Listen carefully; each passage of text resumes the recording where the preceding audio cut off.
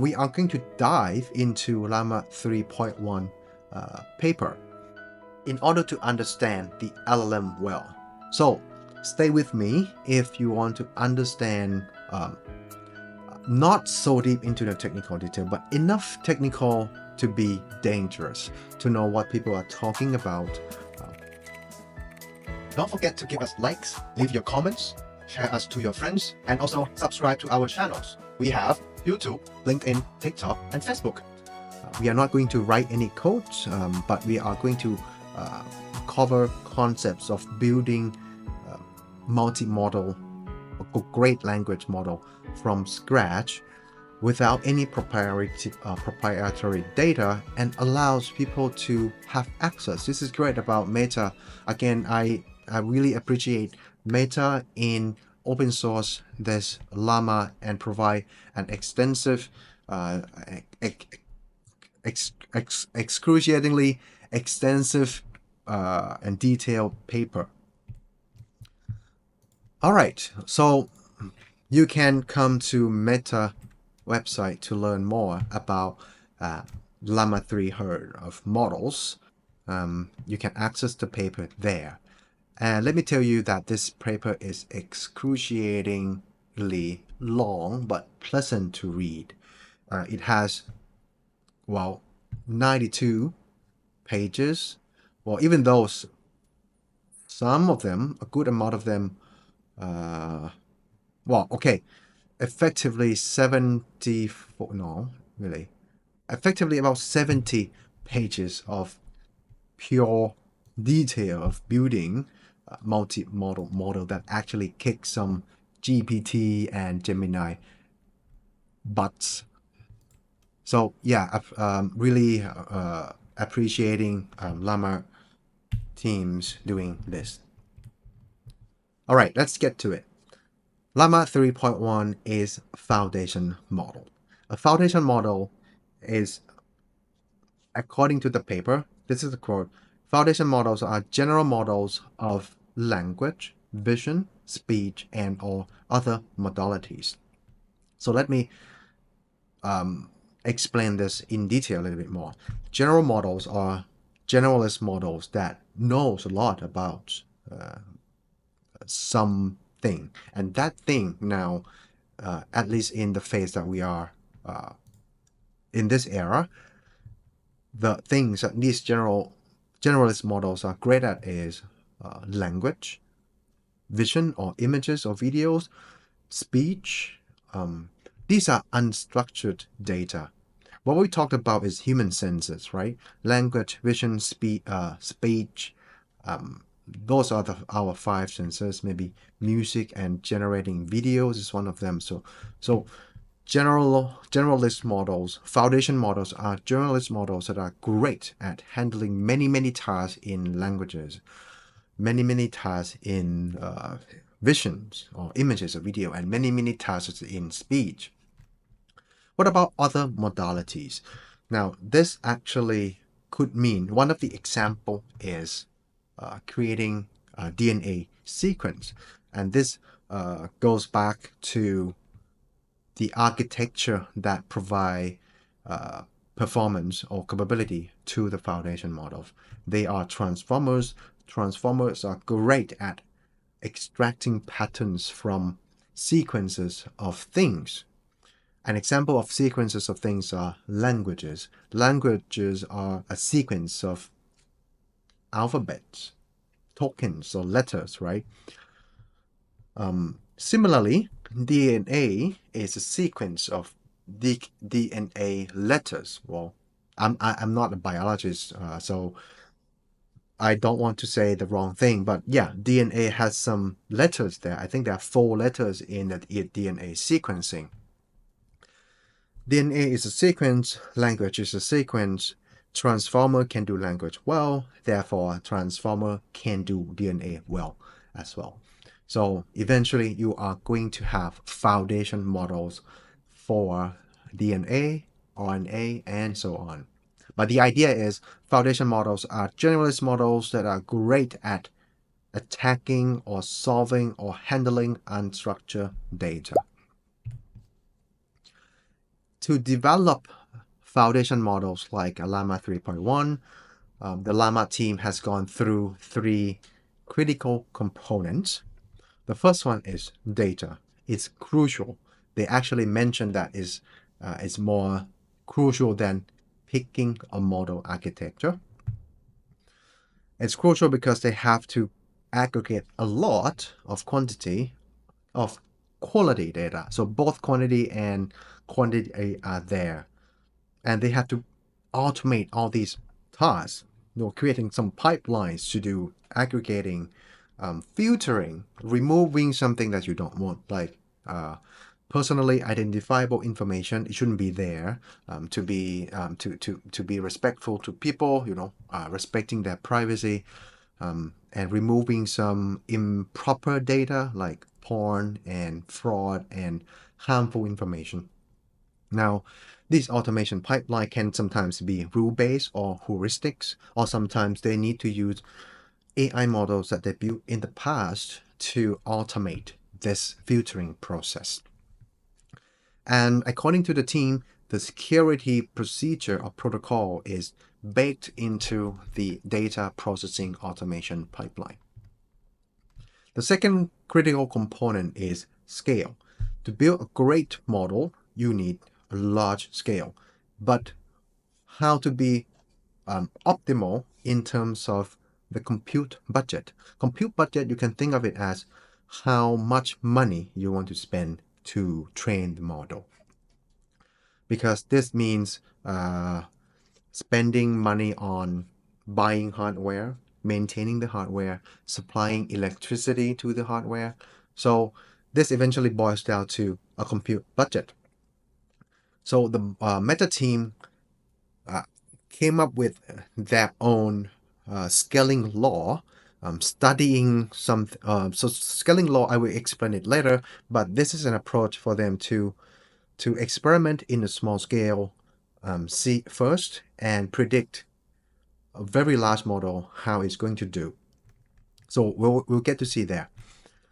The last component is complexity management, and this can means like deciding on many design choices like model architecture, how to train the model, things like learning rate, algorithm to use in the optimizer, like what kind of reward model, supervised fine-tuning, rejection sampling, and direct preference optimization.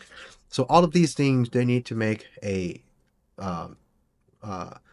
decision and come up with a training pipeline to manage all these complexities, especially when you do have like employ an adaptive training. You need a great way to handling that automatically and systematically. Now, in terms of training, foundation models are trained in two stages. The first one is called the pre-training stage, and this actually focuses on quantity of data. In this phase, model learns general patterns in the data set. And most of the time, if you're talking about language, it's the structure or the pattern of the language. Like what is noun, what is verb. In English language, should a noun comes after? If a noun comes after the verb, what is it? If a noun comes before a verb, what it is? Something like that. So it needs to understand structure of languages. But again, in the pre-training section, the task of the model is to predict next token. And in order to, if the model can predict the next token well, it means that now it's starting to learn to understand the pattern of language better. On the next step is the post-training step. And in this step, sometimes it's called an alignment step.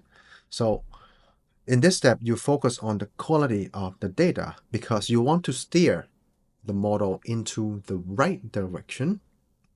Right direction, that's why it's alignment. And these directions can also mean downstream tasks. You want the model to not only understand the pattern of the language, but when the user interacts with it, the model needs to follow instruction, right? For example, the model should be able to provide you some coding assistance, or the model should know how to, or how and when to use tools like an API call to some service.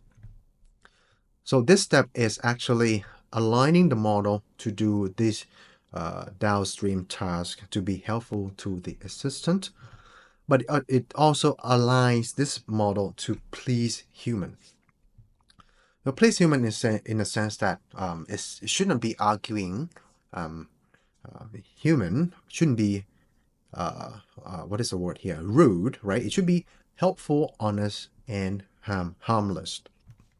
So all of these things happen in the post-training stage. And because this is critical for the model's performance, that's why the quality of the data in this stage is very, very important. All right, let's dive into pre-training stage. We are going to focus on data in this stage only. So in this stage, we need volume of data, but it cannot just be any data. It has to be good quality data. You don't want crappy data to be in this phase. Or you can, but you should not. You are going to get crappy model anyway. So the meta team focuses on volume of quality data.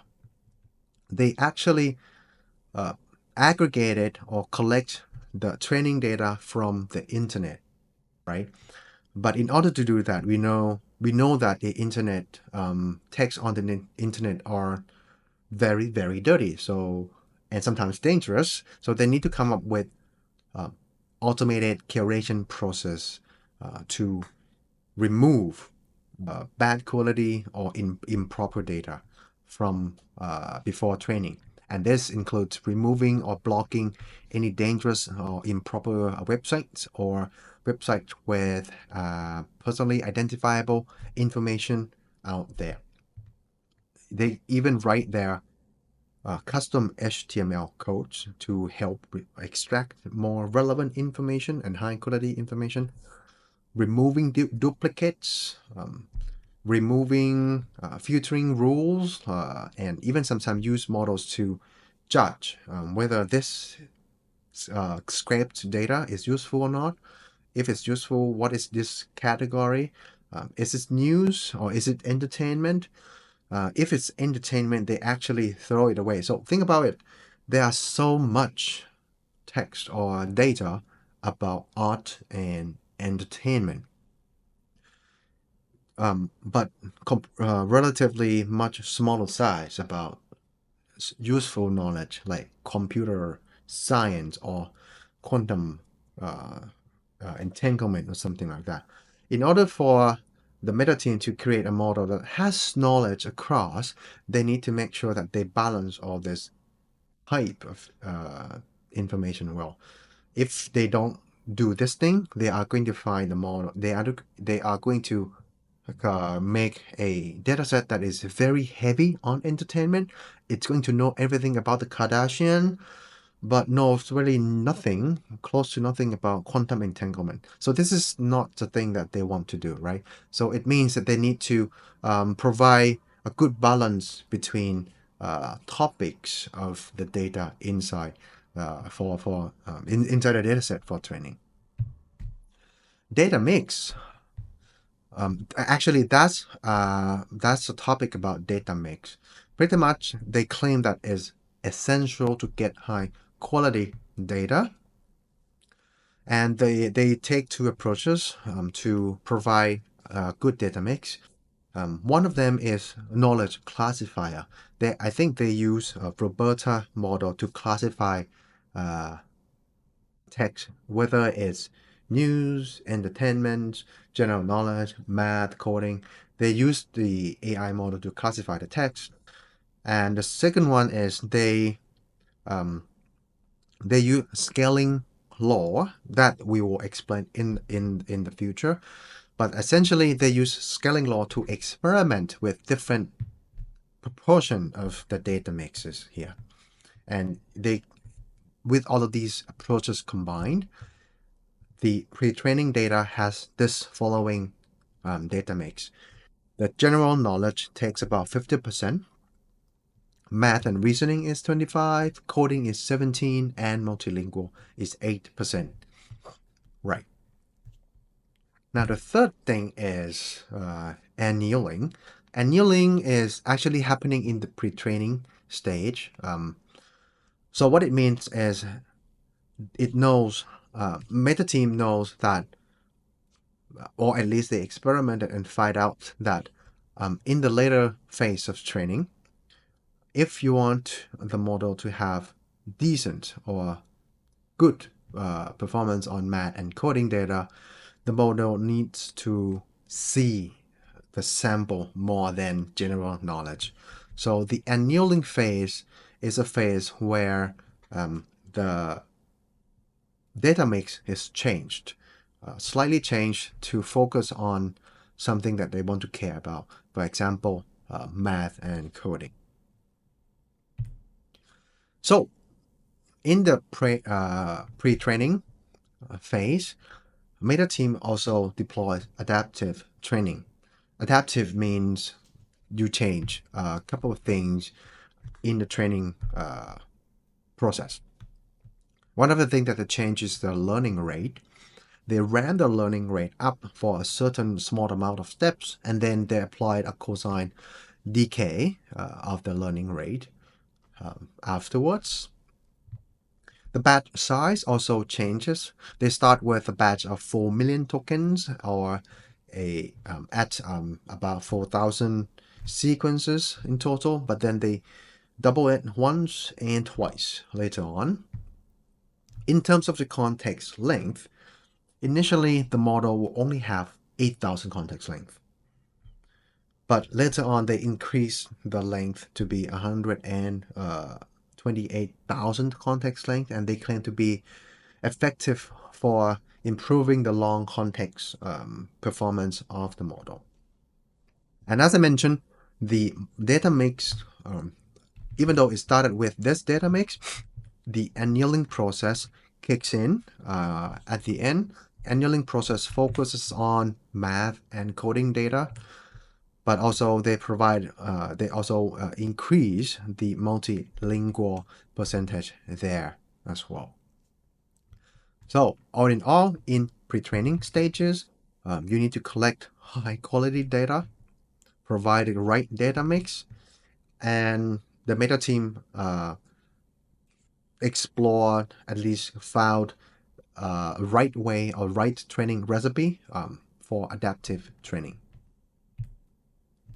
In terms of the model architecture or the model choice itself, they select a dense transformer with minor changes. A dense transformer is similar to the vanilla model architecture presented in 2017 from Bassani. So basically, they take the decoder stack as the main architecture of the Llama 3.1. As you can see here, the input tokens starts here, and you have a transformer stack repeated many times, and you will find the output tokens afterwards. So this is auto-regressive or the decoder stack transformer that the Llama 3.1 uses. Now, let's talk about scaling law. The scaling law is actually an experiment that allows the meta team to find the optimal point for the compute power that they have. The optimal point in terms of the size of the model and how many tokens they want to train the model with. So eventually that's typo there. Eventually the 405 billion parameter model, they have a budget of, so the compute budget is quoted in terms of flop. Flop is the floating point operations. So floating point operations is like how many computation, smallest unit that the GPU will do. So the budget they have is about 3.5 10 times to 25 flop. And with this budget power, the 400 billion model should be trained upon about 16 trillion of tokens. So they use the scaling law to find these numbers, right? They use the scaling law to find this number of tokens. All right. Now a smaller side note is that the scaling law also provide you some hints, or they can actually predict the performance of the model as well. So what is happening in the scaling law? So scaling law starts with playing with some model size and some data set, but you fix a small compute budget at first. So right now you see the small compute budget 10 times to 18 and 10 times to 22 compared to the 10 times to the 25 flop. So for each compute budget, they have multiple, they are going to train multiple models of multiple size from half of the billions to a few billions parameter, and then they will compute a validation loss. And so these curves, each curve is compute budget, and each curve now has many points, and each point is the model of different sizes, right? So when you have this thing, what they do is to find the local minima representing the optimal model size to train on that compute budget. Actually, no, sorry. The optical training tokens train it on that particular compute budget. And now you are going to plot the red dot on this plot here. You have the compute budget on the horizontal axis. Well, each compute budget is this curve here, but now it's just one point on the x-axis here. And then you take the token, training tokens, to be the y-axis.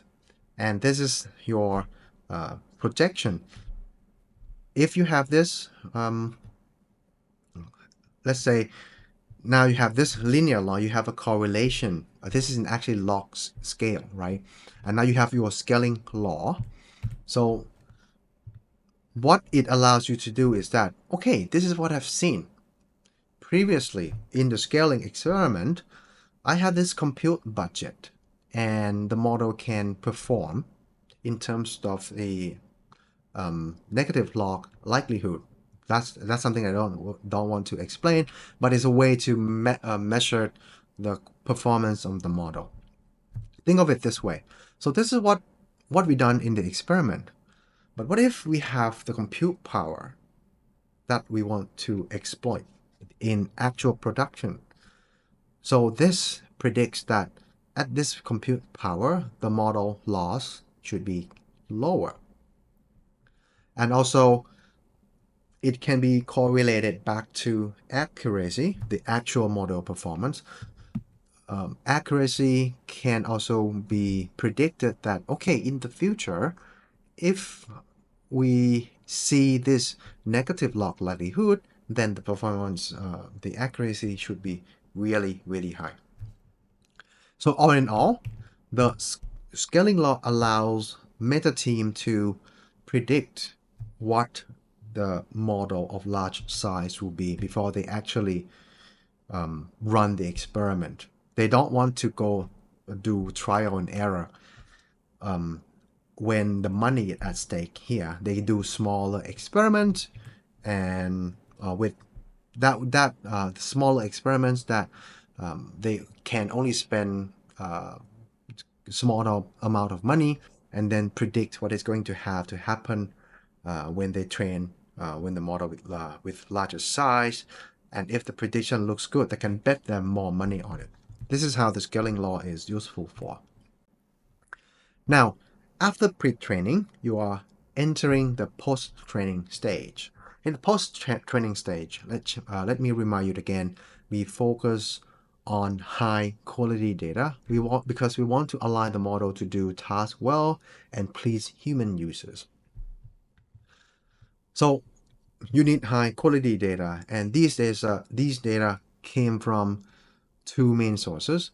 Human annotations, according to the meta paper. Human annotation, this can be costly, well, because you need to ask experts to do, and experts charges a lot of money.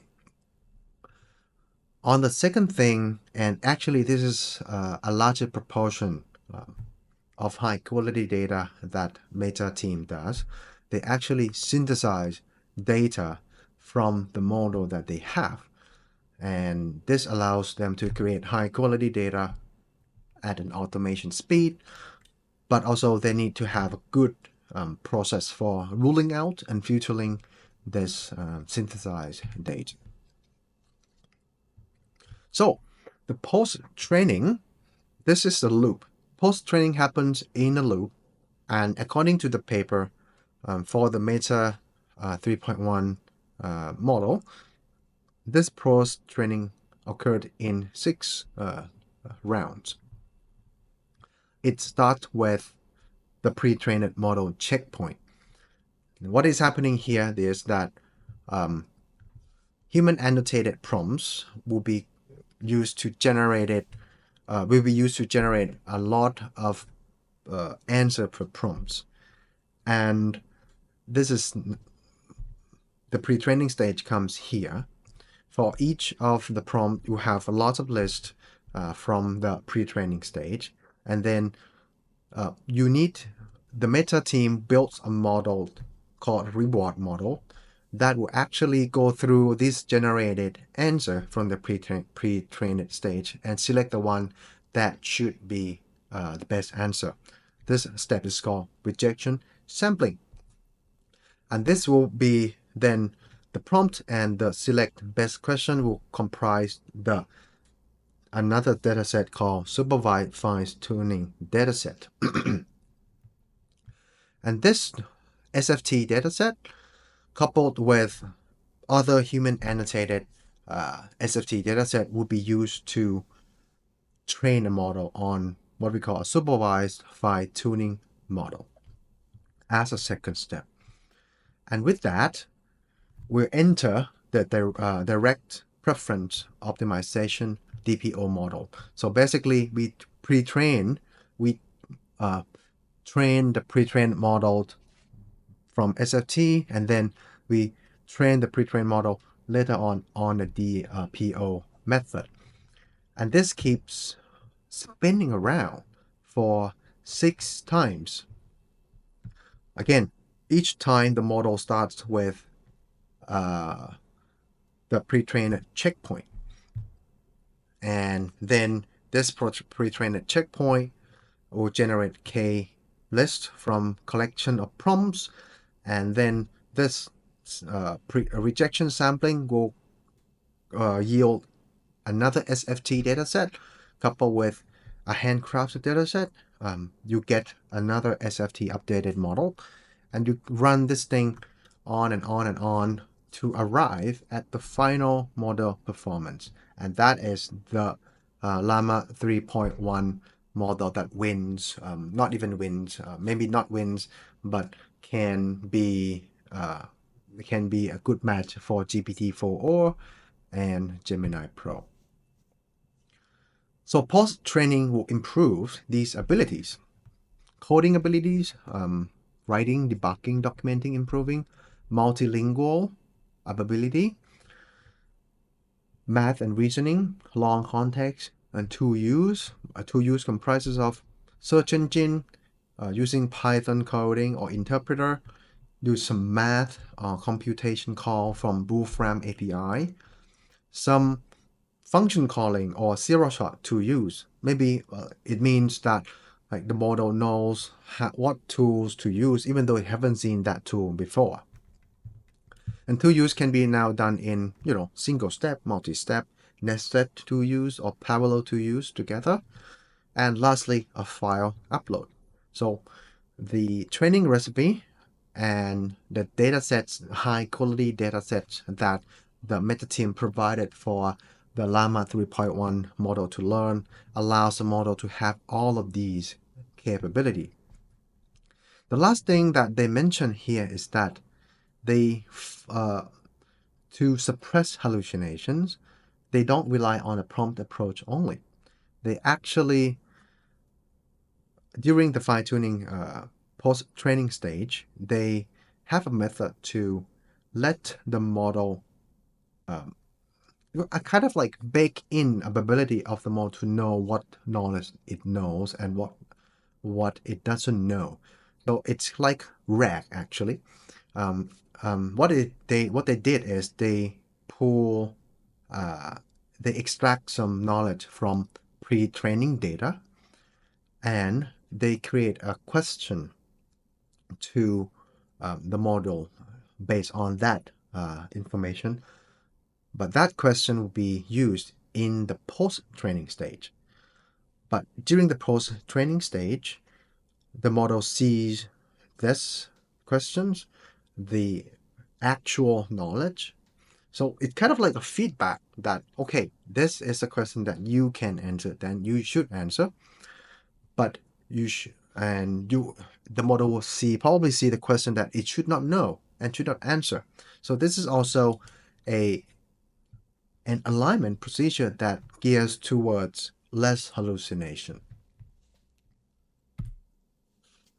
Okay, this might be too small, but this is actually the paper's one of the images, photo figures in that paper showing that the model has a multi-step planning and two-use application.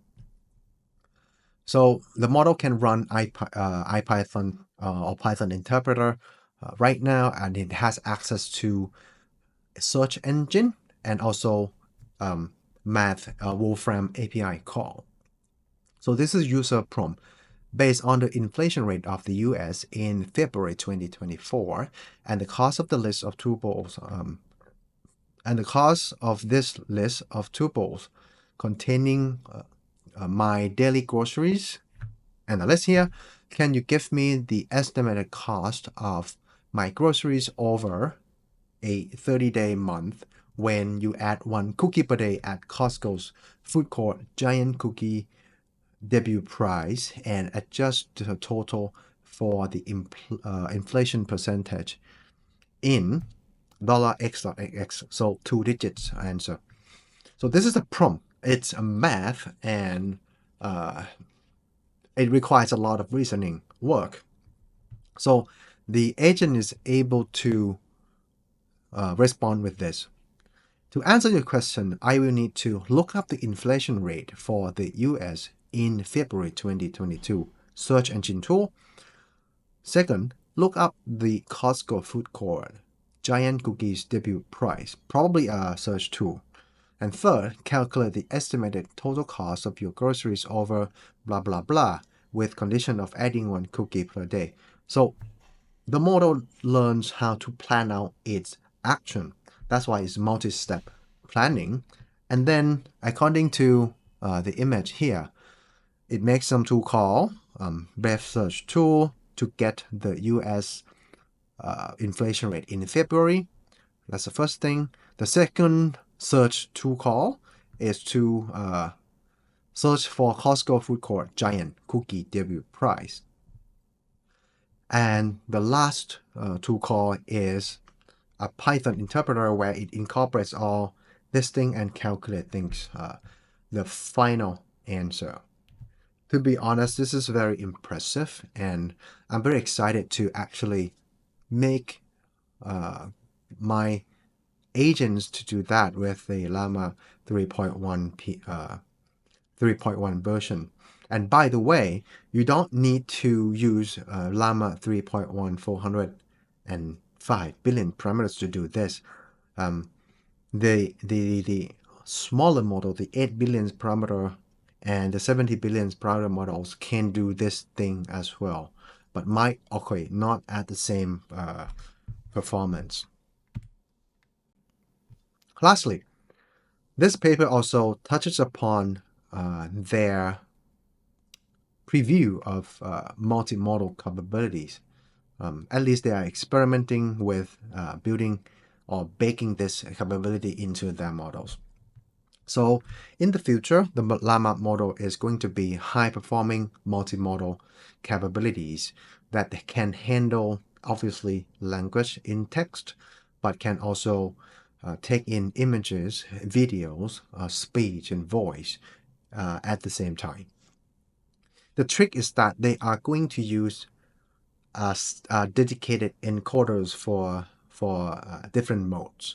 For image, they are going to have a dedicated encoder made of a vision transformer. For speed, they are using a conformer AI model. For text, they are using the large language model as we used before, the same thing before.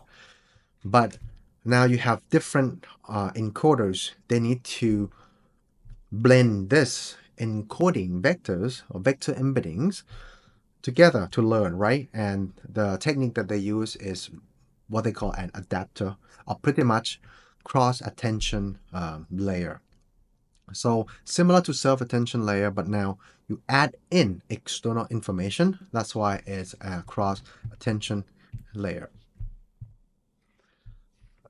There is a lot of detail in the paper that they discuss about this thing, but I don't want to bore you with the information. But to get a good sense, I think this plot is enough to explain what is happening. So this is your text language stack right here. This is what we walk you through. A transformer good at language encoding. This is the main stack here. But then you want to add in other modes like image or a video. This is what they introduced. A video can be thought of a series of images, so I'll put that on hold for now. If it's an image, it introduces image encoder. This is based on a vision transformer. The way the vision transformer works is it's the same thing as similar idea to how language is deconstructed before it fed into the model. For a vision transformer, an image is deconstructed into patches, two-dimensional array of patches. And this can be tokenized. Basically, the image is tokenized into patches, and these sequences are fed into the vision transformer to make sense of. And make sense of means, it means eventually you are going to get a vector embedding representing this image, right? Here we go, image representation embedding. And to incorporate this image into a large language to become a multimodal model, they actually just create a cross-attention layer and inject the embedding of the image at this stage here. If it's a video is a series of images. You can digest each image frames and you can use it, or you can de-sample because sometimes, or not sometimes, a video has a lot of frames and not all the frames are of high importance, right? Maybe 10 frames can be compressed into one information because that's it, man. You are not going to have a lot of movement in the frame. So you might have an algorithm to select frames that should be compute or should be used in the digestion, right? So this is a stack here. They introduce a video aggregator, meaning selecting which image frames or image representation to use and perhaps blend them into one video embedding in order to be injected into this cross-attention layer. And then you keep training, like you so basically the idea is to what they mention here is that they develop the encoder, the text encoder, video aggregator, and the text encoder separately, and then they join them later. A similar idea can be done for speech as well. So here we go. We have a speech input here. We have the encoder stack, where the encoder stack is now, in this case, injected into the text embedding. I think this is a case where you want to voice with your model, right? So to summarize, they take a compositional approach, meaning they are doing image encoder and text encoder separately. And this allows them to decouple the complexities. And they can do that. They can develop these models in parallel. But then they definitely need to have a, what is it called? Joint training, when you combine them with a cross-attention layer. So let's talk about the data. In terms of data, they need to definitely collect a pair of text, image and text to train this whole thing. And they are going to deploy many models or heuristic approaches to filter and remove bad samples, remove duplications, resample stuff, like some images are too abundant to be used, and maybe if if the image has a lot of text in it, they apply OCR process to extract text from the image and actually append that with the image in the training. And they actually find this to be helpful in training the model to understand image with text better. The trick that I think is very cute, very useful, is they also synthesize the images from a known text as well. Well, think about, like, you have a text in your pre-training data. You can cap some text and put it in a document and then save it as an image. And now you have a good solid pair between an image and a text, right? So it's a great synthesizing image text pair data set. So I'm not sure if they have this capability just yet, but definitely in the future they are going to formally announce that the Llama 3.1 has kick-ass multimodal capability. So right now in the paper, information in the paper is just that experimenting. Okay, in summary, in this section, we went through a paper of Llama 3.1 Herd, which is some multi-modal foundation models that can kick as GPT-4o and Gemini models. You know that now the training of language model foundation models usually take 2 stages: pre-training and post-training.